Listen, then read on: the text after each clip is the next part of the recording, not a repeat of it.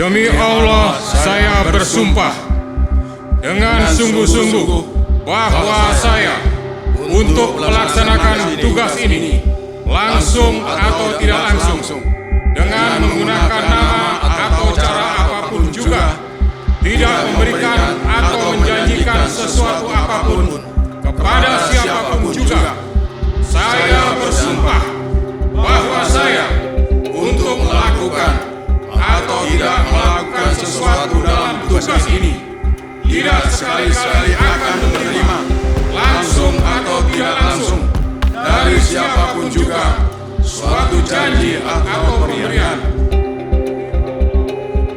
Sumpah atas nama Tuhan lantang diucapkan 5 pimpinan Komisi Pemberantasan Korupsi atau KPK periode 2024-2029 dalam pelantikan yang dilangsungkan di Istana Negara, Jakarta pada Senin 16 Desember 2024. Di depan Presiden Prabowo Subianto, mereka bersumpah akan setia dan mengamalkan Pancasila sebagai landasan negara, Undang-Undang Dasar Republik Indonesia 1945, serta peraturan perundang-undangan yang berlaku.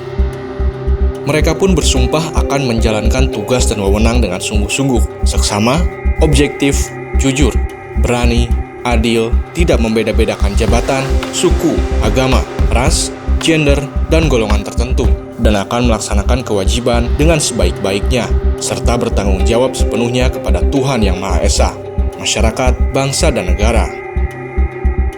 Di era Prabowo Subianto, lembaga anti suap ini kembali dipimpin oleh polisi berpangkat Komisaris Jenderal. Ia adalah Setio Budianto, alumnus Akademi Kepolisian pada 1989. Pria kelahiran Surabaya, 29 Juni 1967 ini bukan sosok asing bagi KPK. Pada 2019, ia pernah menjabat sebagai Koordinator Supervisi Penindak di Kedeputian Penindakan KPK hingga dipercaya menjadi Direktur Penyidikan KPK. Usai dari KPK, Setio ditugaskan menjadi Kapolda di Nusa Tenggara Timur. Saat mengikuti seleksi calon pimpinan KPK, ia menjabat sebagai Inspektur Jenderal Kementerian Pertanian. Selain Setio Budianto, lembaga anti rasuah yang didirikan pada 2002 ini akan dipimpin Fitroh Rohcayanto, Johanis Tanak, Agus Joko Pranomo, dan Ibnu Basuki Widodo, yang masing-masing menjabat wakil ketua merangkap anggota. Sama seperti Setio Budianto, Fitroh Rohcayanto bukan sosok baru di KPK. Pria kelahiran Jepara yang menamatkan studi S3 Hukum di Universitas Airlangga ini pernah bertugas sebagai jaksa fungsional hingga dipercaya menjadi Direktur Penuntutan KPK.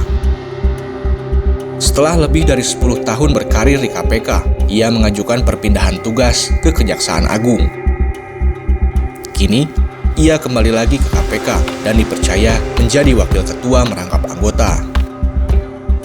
Begitupun Johanis Tanak, pria kelahiran Toraja Utara pada 23 Maret 1961 ini sudah menjadi pimpinan KPK periode 2019-2024.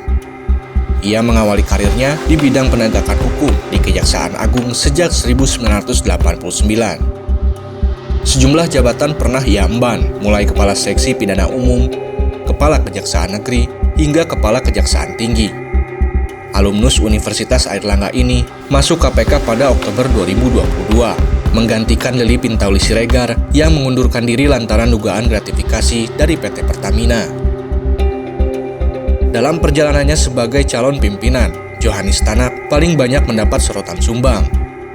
Ia diantaranya pernah disidang dalam dugaan pelanggaran etik terkait pembicaraannya dengan pejabat di Kementerian ESDM soal dalam tanda kutip bisalah kita cari duit. Setelah disidang, ia dinyatakan tidak bersalah. Kontroversi lain yang dilakukan Johanis adalah saat dirinya mengusulkan agar koruptor tidak diproses secara hukum, tapi harus mengembalikan 3 kali lipat kerugian negara yang disebabkan oleh kelakuannya. Usulan itu ia sampaikan di DPR RI saat dirinya menjalani uji kelayakan dan kepatutan calon pimpinan KPK pada 2022. Kini, Johanis Tanak terpilih dan sudah dilantik sebagai pimpinan KPK periode 2024-2029. Sama seperti Johanis Tanak, pimpinan KPK yang satu ini punya rekam jejak yang menjadi sorotan publik. Ia adalah Ibnu Basuki Widodo.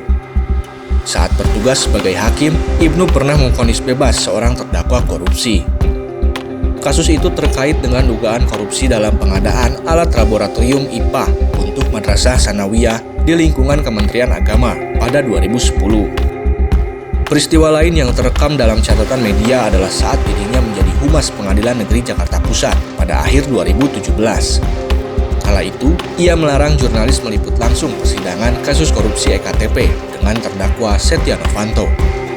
Dalam perjalanan karirnya, Ibnu pernah bertugas di Pengadilan Negeri Jakarta Pusat, Hakim Tinggi di Pengadilan Tinggi Manado, hingga Hakim Tinggi Pemilah Perkara Pidana Khusus di Mahkamah Agung.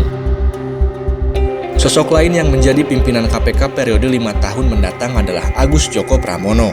Pria kelahiran Palembang pada 8 Agustus 1971 ini mengawali karirnya sebagai auditor di lingkungan pemerintahan, lalu bergabung dengan Badan Pemeriksa Keuangan atau BPK pada 1996. Karir alumnus Sekolah Tinggi Akuntansi Negara yang mendapatkan gelar doktornya di Universitas Padjadjaran ini terus merangkak hingga dipercaya menjadi Wakil Ketua BPK pada 2019. Kini, ia menjadi bagian dari Komisi Pemberantasan Korupsi sebagai Wakil Ketua merangkap anggota.